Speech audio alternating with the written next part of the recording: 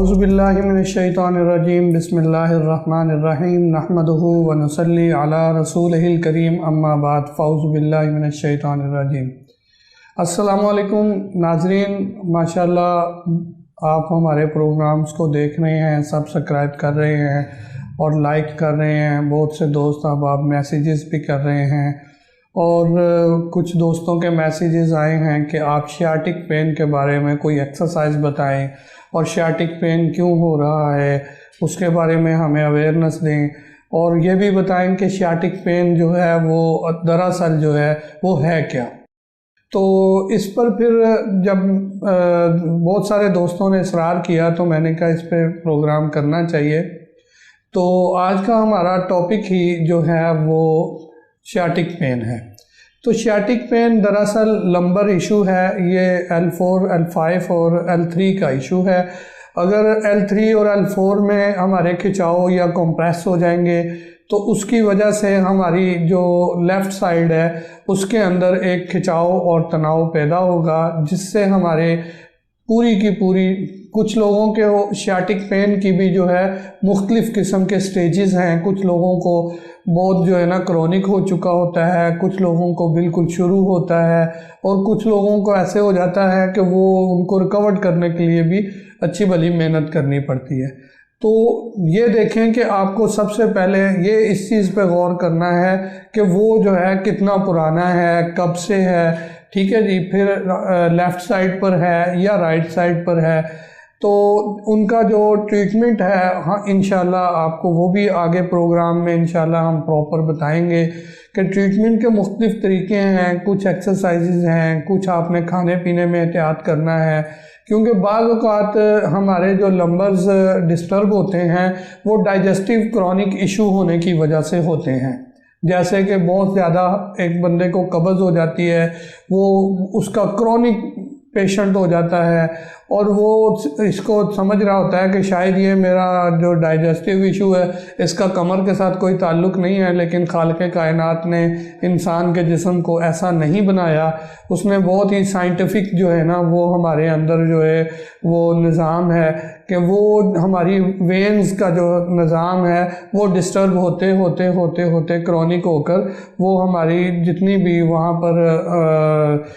جو مورے ہیں ان کو ڈسٹرب کرنا شروع کر دیتا ہے۔ تو جب وہ ڈسٹرب ہو جاتے ہیں، بعض اوقات مریض کوئی گر جاتے ہیں، ان کو اسی طرح سے ٹریٹمنٹ دینا پڑتا ہے۔ لیکن جو ڈائجسٹیو والے پیشنٹ ہیں ان کو چاہیے کہ وہ اپنے ڈائجسٹیو سسٹم کو جو ہے وہ بہتر کریں، اس میں جو ہے وہ نرم غذا کھائیں، اور اپنے جو ہے وہ قبض کے بارے میں انشاءاللہ ہم ایک پراپر پورا پروگرام کریں گے کہ قبض کے بارے میں ہمارے ہاں بڑی غلط فہمی پائی جاتی ہے کہ قبض جو ہے نا اس کو پورے طور پر کوئی ایکسپلین بھی نہیں کر رہے اور اس کو کوئی سمجھنا بھی نہیں چاہتا ہے۔ جب ہم مریض سے پوچھتے ہیں کہ آپ کو قبض تو نہیں ہے، وہ کہتا نہیں جی الحمدللہ 2-3 دن کے بعد پخانہ آ جاتا ہے۔ تو یہ دراصل ہماری جو باڈی کے اندر ہم کھا رہے دن میں 3 مرتبہ ہیں، لیکن اسٹول پاس ہم 48 گھنٹوں میں کر رہے ہیں، 72 گھنٹوں میں کر رہے ہیں۔ کیوں؟ یہ دراصل آنتوں کا ایشو ہوتا ہے اور اس کو انشاءاللہ آگے آپ سے ڈسکس کریں گے۔ لیکن اگر شیاٹک پین کے مریض کو ڈائجسٹیو ایشو بھی ہیں تو وہ سب سے پہلے اپنے ڈائجسٹیو جو ہے نا اس کو جو ہے وہ کہیں سے بھی جیسے بھی کسی معالج سے رجوع کریں، تو اس سے جو ہے وہ اپنے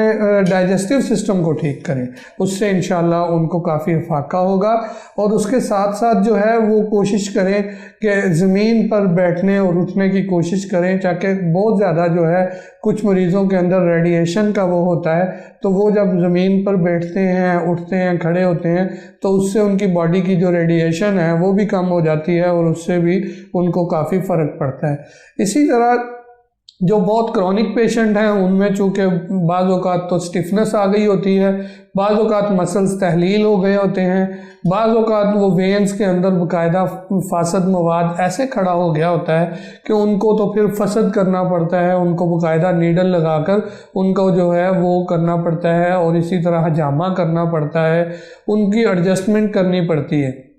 تو جب تک ان کا پورا وینز باقاعدہ صاف نہیں ہوتی ان کو ریلیکس نہیں ملتا۔ تو اسی طرح یہ شیاٹک پین جو ہے اس کے لیے سب سے مین جو آج کا میرا تھا کہ آج آپ کو یہ اویئرنیس دی جائے کہ سب سے پہلے ڈائجسٹو سسٹم کو دیکھیں کہ ہمارا ڈائجسٹو سسٹم اگر ٹھیک ہے، ڈائجسٹ ٹھیک ہو رہا ہے، ہمیں سٹول پاس ٹائم پہ ہو رہا ہے، اور سٹول کا بھی ایک سٹینڈرڈ ہے، وہ بھی انشاءاللہ آپ سے ڈسکس کریں گے جب ہم قبض کے بارے میں ایک پروگرام کریں گے باقاعدہ، تو اس میں ہم قبض کی پوری بتائیں گے کہ قبض جو ہے وہ لفظ کیا ہے، اس کے معنی کیا ہیں، اور یہ کیفیت کیا ہے، اس کے اندر کیا کیا چیزیں جو ہے نا وہ ہو سکتی ہیں، اور ہمارے سٹول کا سٹینڈرڈ کلر کیا ہونا چاہیے، اور ہمارے سٹول کا سٹیکچر کیا ہونا چاہیے، کس طرح اس کو جو ہے خارج ہونا چاہیے،